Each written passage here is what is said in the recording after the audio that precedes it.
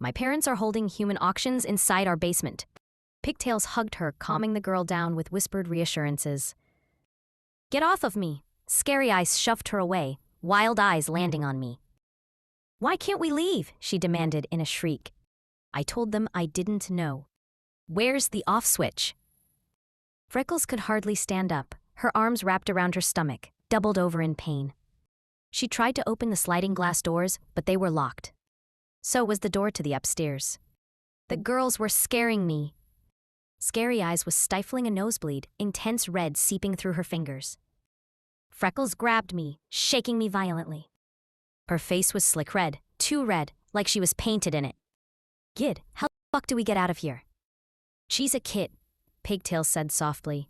Go easy on her, it's not her fault. Then what are we supposed to do?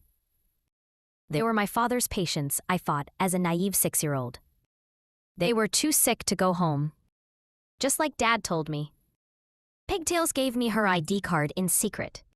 She told me to get help, squeezing my hands tightly, her blood-slicked hands were warm and wet.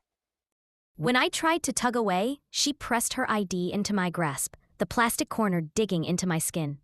Pigtails' eyes were glassy, seeping red streaked with black dripping from her nose. She was crying. You need to be brave for me, Rosie, because if you're not, we're not going to be okay. When I nodded, she wrapped her arms around me.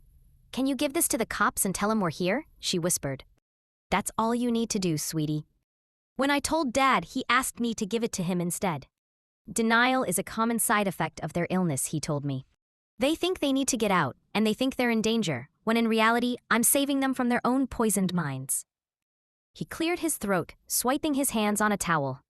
Some poisoned minds, however, cannot be fixed. I asked Dad what Pigtail's real name was. Dad smiled behind the surgical white of his mask, slipping the girl's ID into his pocket. Well, what do you like to call her? He said, watching his scarlet-stained hands in the kitchen sink. Sitting on the countertop, I swung my legs, nibbling on a cookie. Dad was always covered in tomato sauce after coming up from the basement. Pigtails, I said, just like mine. Dad ruffled my hair. Then that's her name. I found the girl's ID in the trash a few weeks later, along with the others. Their real names were Violet, Risa, and Clementine. I never saw my father's friends again. Dad was busy for the rest of the week, bringing up trash bags from the basement.